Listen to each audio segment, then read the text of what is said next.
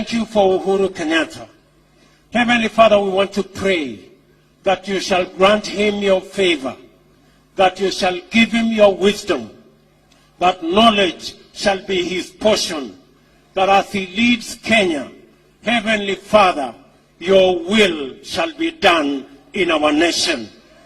Heavenly Father, we want to pray for all the elected leaders, our governors, our senators, our members of parliament, our MCAs, that all these men and women, Heavenly Father, that you have raised and given position, that they shall lead with integrity, that Heavenly Father, that all of them shall seek to know your will.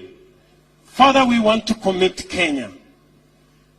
Your word reminds us in Proverbs 29:18 that where there is no vision, people perish. Heavenly Father, we want to commit the vision of our nation. Father, we want to commit the big four, so that, Heavenly Father, you will bless, you will cause every item and every pillar of our big four to succeed, so that Kenya, Heavenly Father, can succeed. Father, we want to pray that there will be food in our nation, that industrialization shall prosper so that our young people can get jobs.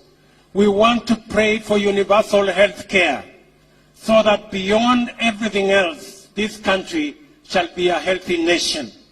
Father, we want to pray for shelter in our republic, that as we commit ourselves to build houses that are affordable for our nation, that God, you shall go before us.